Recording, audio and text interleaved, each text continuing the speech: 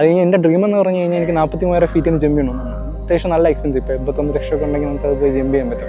അതിന് മുമ്പ് നമ്മൾ ഒരുപാട് പ്രൊഫഷണൽ ആവണം. എന്നുവെച്ചാൽ ഒരുപാട് നമ്മൾ അതിൻ്റെ പറയുമ്പോൾ നമ്മൾ ഹാർഡ് വർക്കും സ്കിൽസും ഒക്കെ അതിന് മുന്നേ ഓരോ ജമ്പ് കഴിഞ്ഞ് നമ്മൾ ജീവിച്ചിരിക്കണം. അതാണ് ഇതിനേക്കാളും ഏറ്റവും ഡിഫിക്കൽട്ടി എന്ന് പറയുന്നത്. മാസം ഒരു 30,000 അടുത്ത മെഡിസിൻസ് എടുത്തിട്ടാണ് ഞാൻ ഇപ്പം ജീവിക്കുന്നത്. ഇപ്പം യൂറിൻ ട്യൂബ് ഒക്കെ വാങ്ങിച്ചിട്ട് ഇപ്പം സപ്പോസ് ഞാൻ എവിടെയെങ്കിലും പെട്ടുപോയി കഴിഞ്ഞാൽ എൻ്റെ കയ്യിൽ ട്യൂബ് ഇല്ലെങ്കിൽ ഞാൻ മരിച്ചു പോകും. എനിക്ക് എന്നെ കൊല്ലാനായിട്ട് വേറെ ഒന്നും വേണ്ട.